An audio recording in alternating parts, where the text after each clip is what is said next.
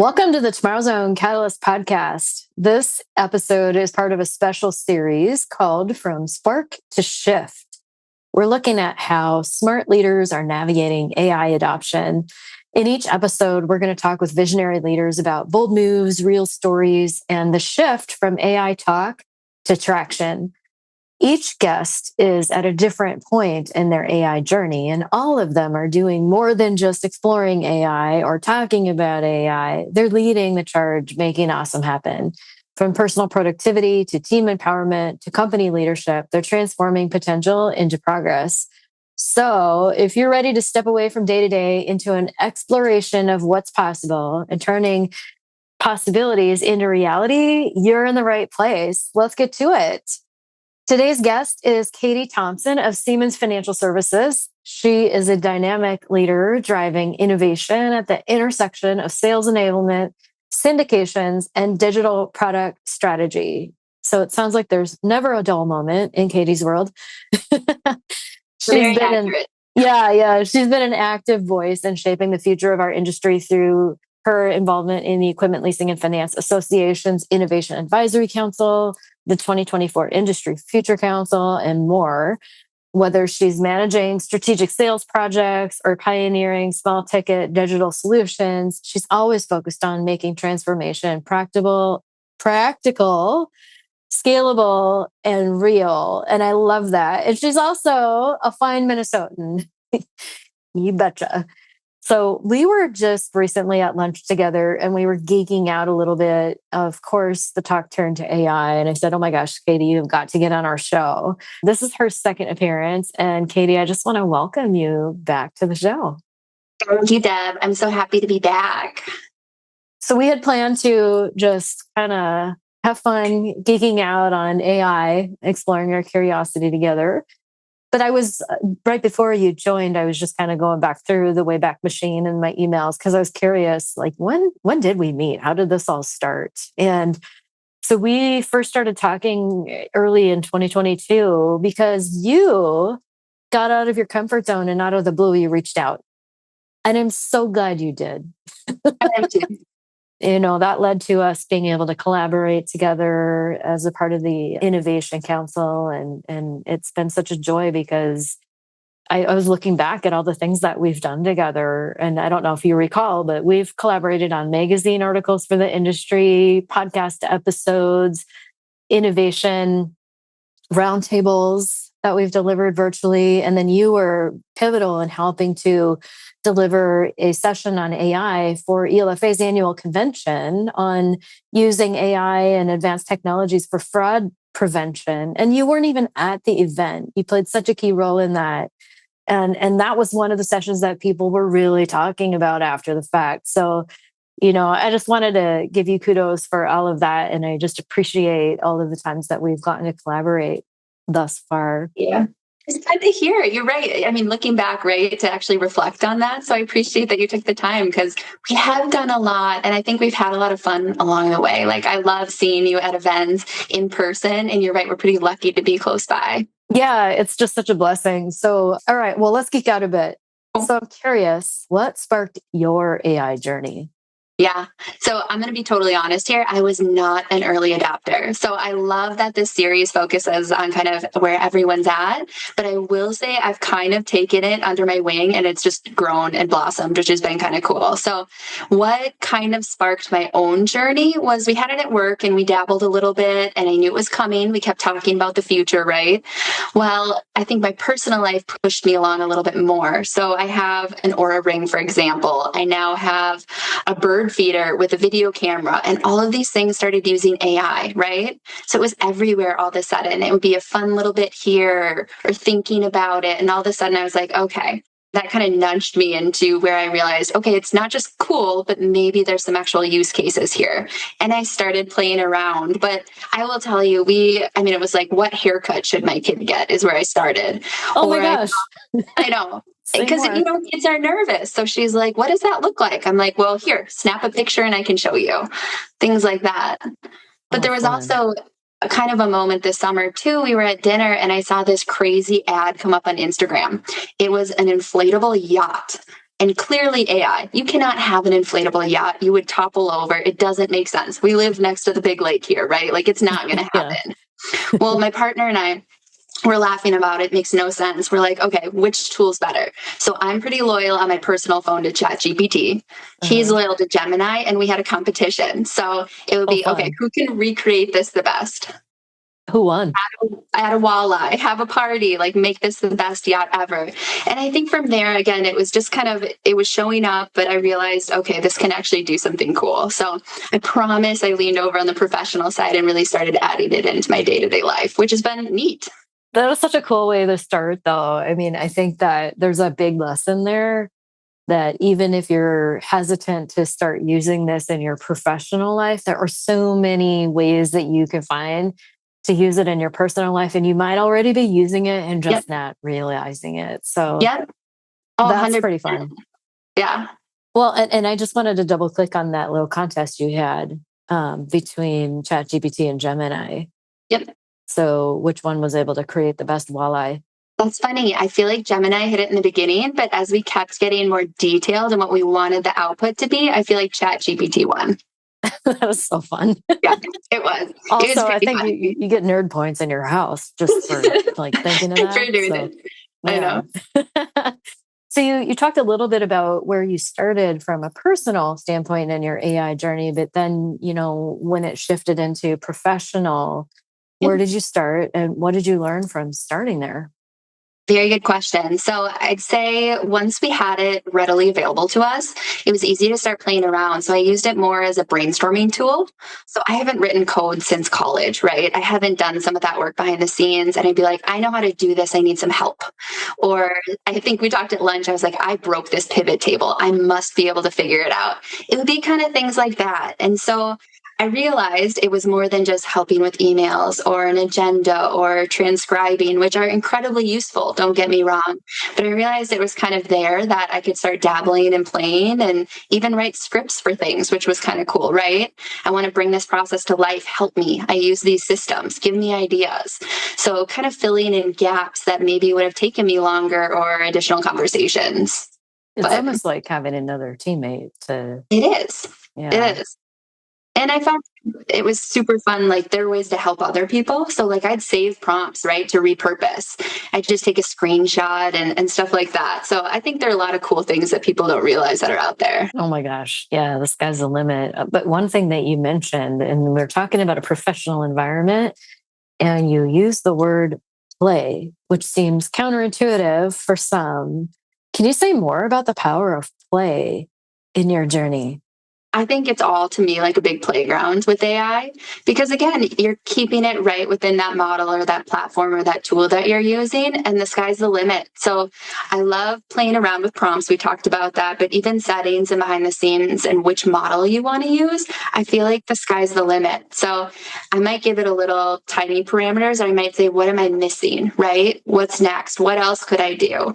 And I think that's kind of the fun part. It's maybe there's something I haven't looked at, another system, or another way to tackle this process based on the business problem.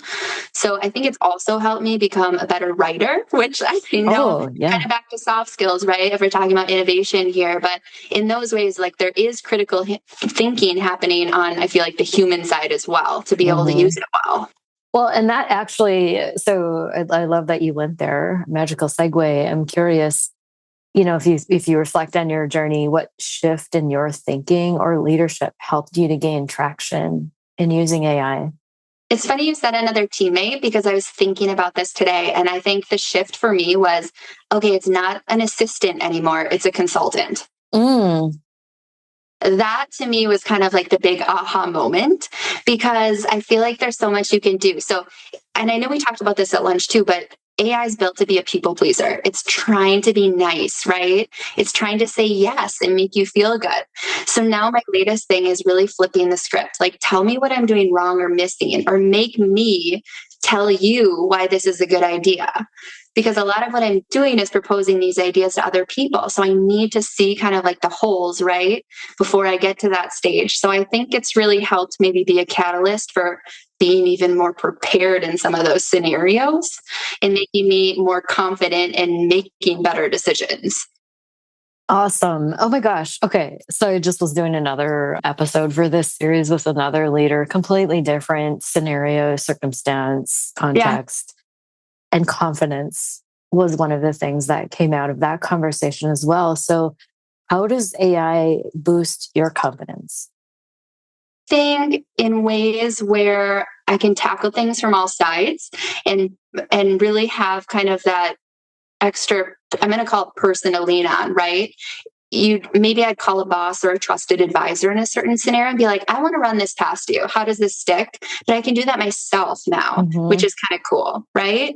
I can talk it through. So sometimes I feel like we already knew, right? We just want to kind of hear it. Yeah.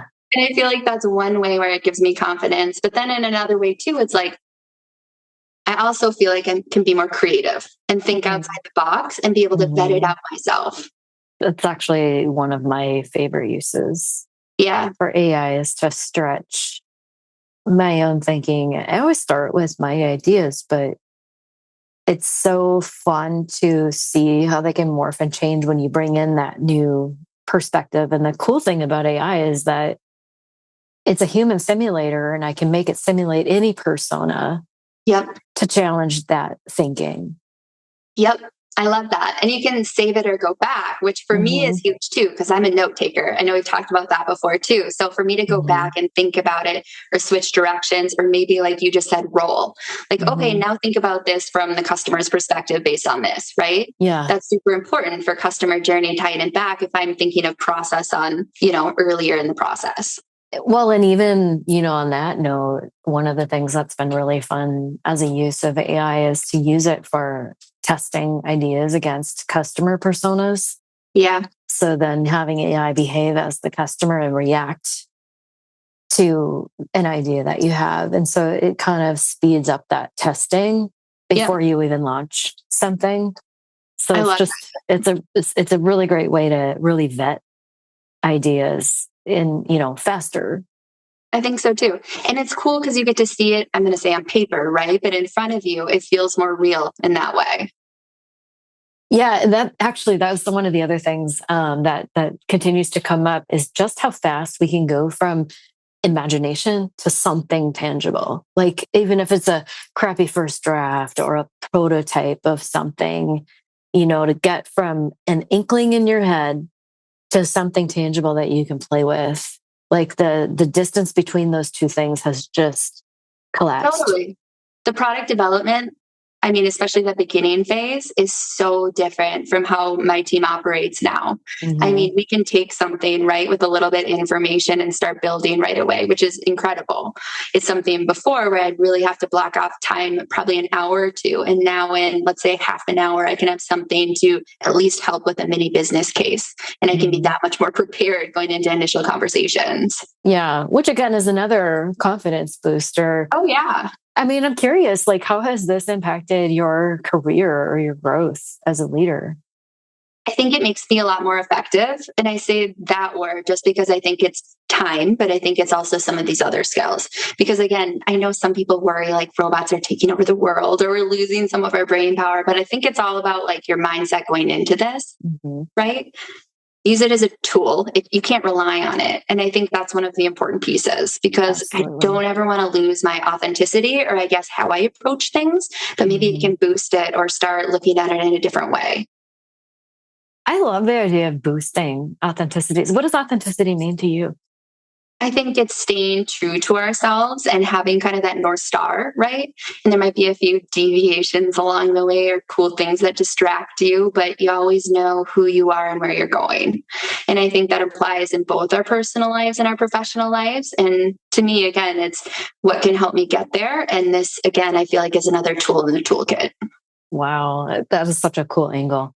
Thinking about your experience with AI, beginning from the personal use cases and then going into professional, what have you learned that others need to hear, especially about either resistance or unexpected wins? Very good question. I think the biggest thing is it's not a future trend. It's here. It's everywhere. And I think people need to accept that whether they want to or not, which is funny. I think of like the bunnies on the trampolines, right? That threw everyone in a tizzy, rightfully so. But it's here. I mean, you want to be aware, but you can also find really cool ways to use it. I mean, again, personally and professionally, and even helping family and friends. So I think they're really neat use cases. And I think helping share that with others really speeds them along. I think its limits is important too, because again, like bunnies on trampolines, it might be cute, but there are definitely limits to what AI can do. And you don't want to, I don't know, overuse M dashes. I know we talked about that too. One of the big giveaways. I've been in an M dash battle for. Yep.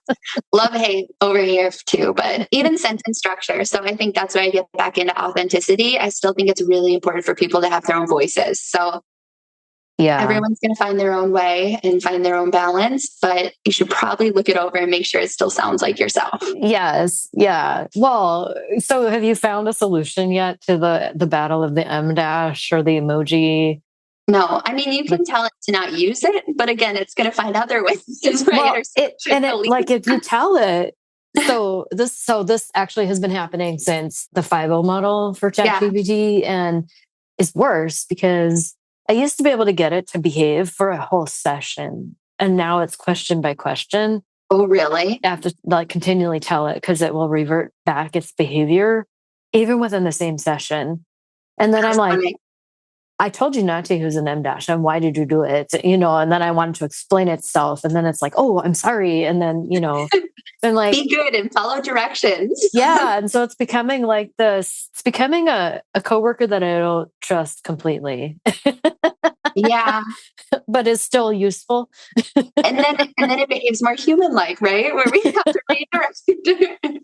Yeah. That's funny. So anyway, but I think that is really important. Like it's the start. It's not the final product. Yeah. And people know. And I think that's the other thing too, right?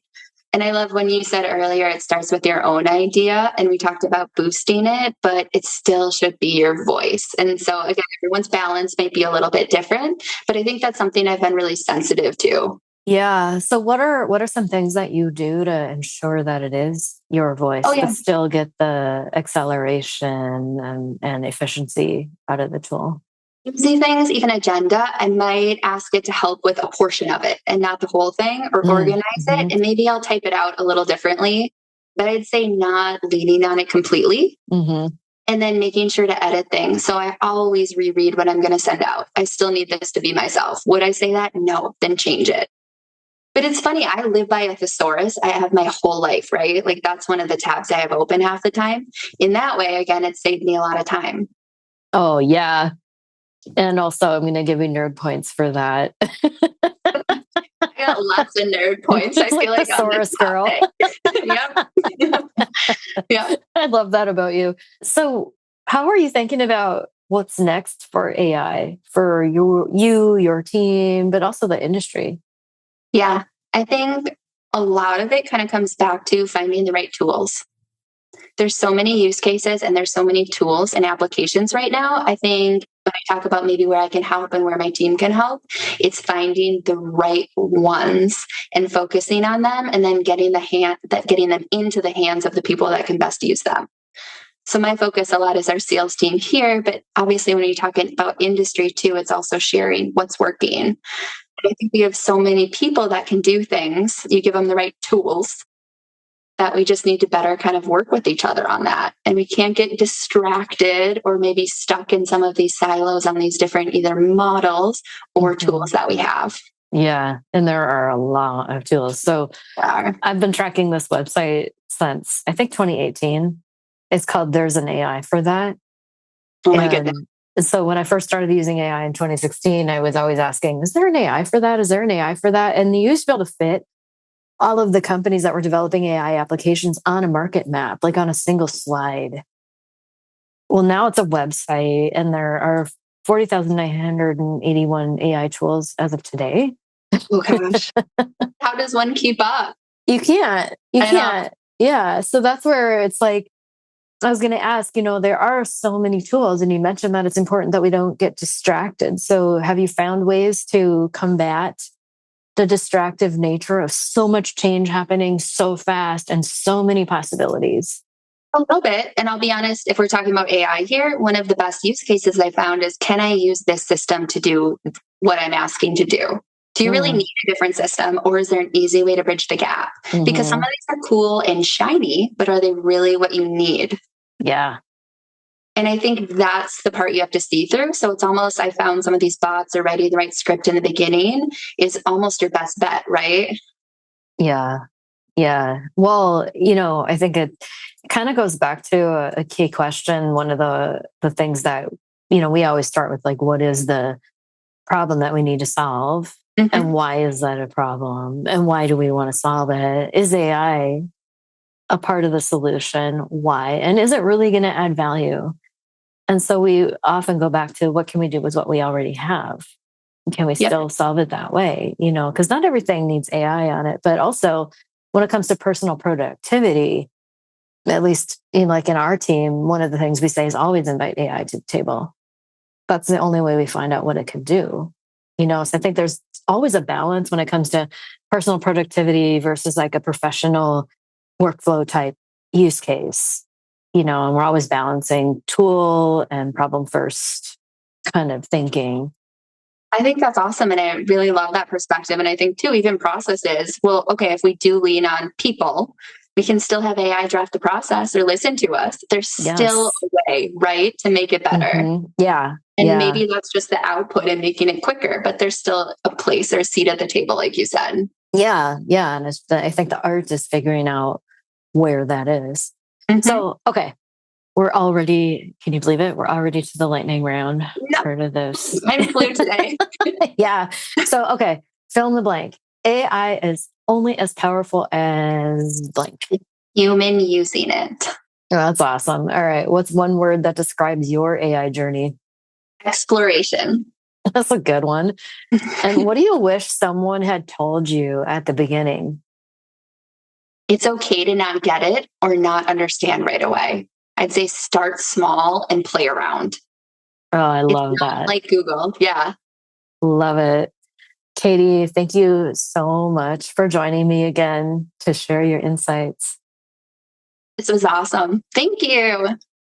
Yeah, it was fun. So to our listeners, I hope that you took away some wisdom nuggets from that conversation. I know I did. And I just want to thank you for tuning in. And until next time, stay curious and choose to make awesome happen.